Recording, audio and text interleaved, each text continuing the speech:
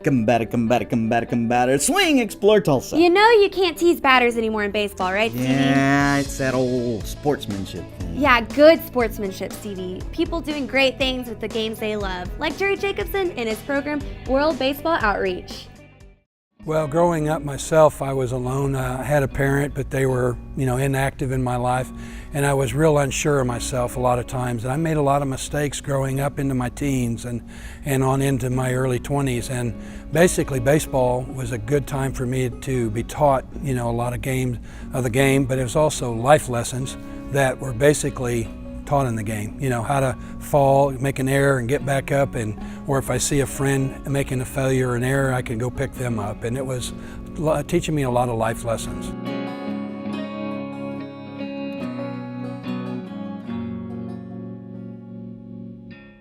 My history includes a lot of baseball young, growing up like many kids today.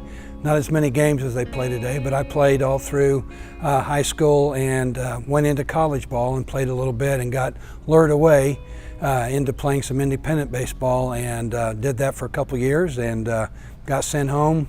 The heart was there, but the ability wasn't quite there. So I spent a lot of years kind of trying to decide what to do with myself. And I always wanted something to do with baseball and helping kids, but back then I wasn't sure what that meant.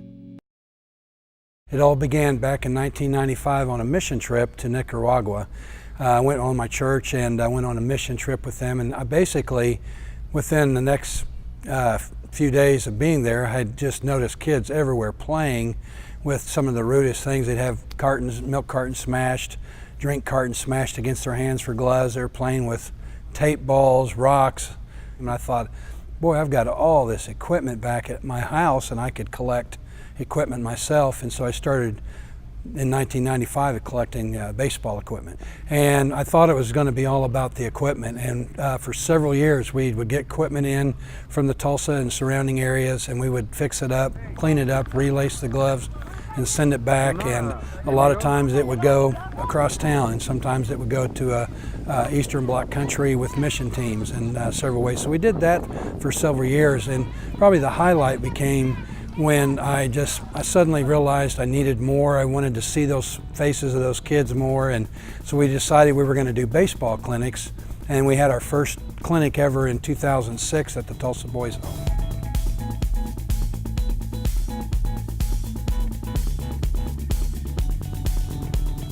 World Baseball Outreach has grown way past my expectations. I thought it was going to be all about all this equipment. That was easy. And we still do a great job of that, shipping all around the world today. But the biggest part and joy I get out of the growth we're seeing is not only the kids we're working with is growing year by year, but it's also the number of volunteers. And the number of volunteers we're getting to come out and help and inspire these kids. So it's been a growth on both sides that's been a real joy.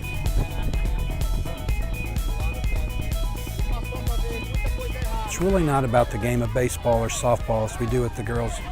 It's all about putting smiles, hope into the lives of these children that don't have a fair advantage right now, and they could be anywhere. Could be kids your kids running around with, a friend of theirs, or it could be a kid in another area of town. But basically, it's up to us to really put hope and joyful smiles on these kids all around the world, and baseball and softball is just an easy way to do it.